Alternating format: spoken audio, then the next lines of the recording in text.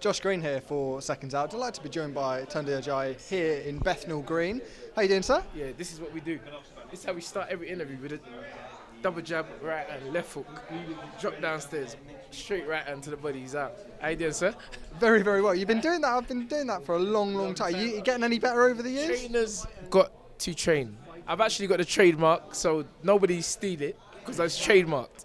Trainers got to train, and I like to stay active, and I'm just happy. I love boxing, so I'm always happy to do it, happy to be involved in it, happy to speak about it. It's my life. It's been a strange week in boxing. Dan Azeez, Joshua Buatsi. A few days ago, we thought we were going to see a terrific main event at the O2. Not to be. You were at York Hall this evening. Where were you, and what was your reaction when you heard that news? Well, as I said, I bought Reach from Box Up Crime. My guy, one of the youngers, took me over to Westfields to buy a suit and because we was going to be part of the broadcast, suit and shoes, and I was like, yeah, cool, it's ready. Slapped it on the counter, then I got the text, and I was like, for fuck's sake, sorry for the swearing, I was like, God almighty. But these things happen in boxing, and it's unfortunate for both competitors. I'm really unfortunate for Dan because, and the reason why I say that is because there's always conspiracy theories surrounding happenings like this so close to the fight. So it's like, I know Dan, and Dan would never be part of that, regardless of what anyone says. It's just one of those things where he's made the right decision in a sense that you don't go into a professional ring unless you're 100%. Nah. Not in this day and age, because you know how detrimental a loss can be. Dan's taken a lot of stick in the aftermath, rightly or wrongly. What is your opinion on that? Because there are people out there saying that this injury is non-existent. Yeah. It's character building. Dan knows. I speak to Dan on the phone. I haven't spoken to him for this camp, which signifies and tells me how serious he is or was about this particular fight. But it's all character building. It's like me years ago with the Russia situations. After Russia, they come at me and I was like, I was giving the negativity, kung fu chops, elbows, headbutts. I was like, bro, you can't stop me.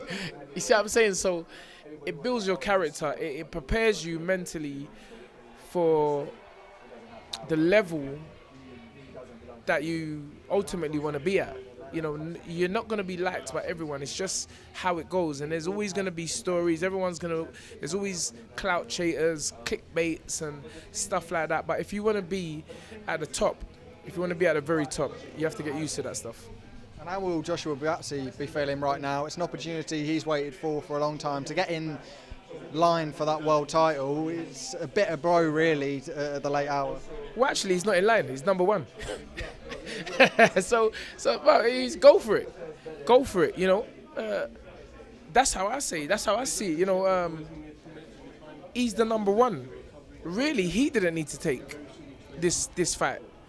Just as Dan Azeez didn't need to grant Joshua Buatsi this fight. The fact is now the fight is not taking place. He is the number one. The WBA should call the mandatory and let Joshua Buatsi fight for the world title. Do you have 100% confidence that we'll see a rescheduled date for Azeez and Buatsi? Oh yeah, I know Ben and Boxer and Sky will be working hard to get that on and compensate the fans that was really looking forward for this epic battle between two Londoners. So let's hope that they can get it rescheduled for the end of the year and move on from them. If JB doesn't go for the straight world title. Of course, when we talk to yourself, we have to talk about Anthony Yarde in a very, very stacked division here in the UK. Maybe a little bit of a disappointment a few weeks ago, but where is he at the moment, and when can we expect to see him? A disappointment for who? In what respect? In terms of the fight being called off with Ricky. No. Anthony's training. We're not, our career has never been based on anyone else. Never. We have a goal, we have a mission, or he has a personal goal, he has a personal mission, and that's all he's focused on. I think as fans, one thing about Anthony Yarde, he's a massive boxing fan. He's here now, tonight. And yeah, it's unfortunate. It is unfortunate that the top of the bill didn't happen, but it has never, and it will never, stop us from following up. It just so happens that one of those guys may be in our path, and we have to fight them. But yeah, I think I don't really talk. I'll be honest with you, I don't really talk about him. He is the most focused person that I've ever been involved with in the sport of boxing. He doesn't talk about anybody negatively. Always a smile on his face, always a bundle of joy, and just wants to fight. That's Anthony Yarde. Just like yourself then, mate. When can we expect to see him next out, though? I think it's a question that's on the lips of many fans. 100% Anthony will be out before the end of the year. 100%. I spoke to Frank. It's just about getting the right opponent, as I said. And put it on me if you want. People seem to forget that the Beterbiev fight was still this year. We haven't come out this year yet. We ain't jumping into no big fights this year. We're going to have another warm-up against a Ricky Summers type level opponent. Will it be Ricky? Well, I spoke to Ricky. He wants to fight. he just because people were saying that he's retired, but according to Ricky, he's like, it's the nose. If the nose heals up, he's ready to go. But we've got a few people lined up. Frank's got a few names lined up, so we'll have a look at them as a team. Myself, Frank, George, Francis, Anthony, Jonathan. What's going on, Lee? And what happened? Yeah. Come on, all day. Listen, this guy, I've been watching him. Like, I just watch interviews. Like, I don't really talk too much, but he was confident, and congratulations. Thank you, mate. Thank you. Well done. Got a good man with you as well, Lee. Come on. Sorry. You know what? Fighters first. But where was he? I think we've wrapped it up with Anthony.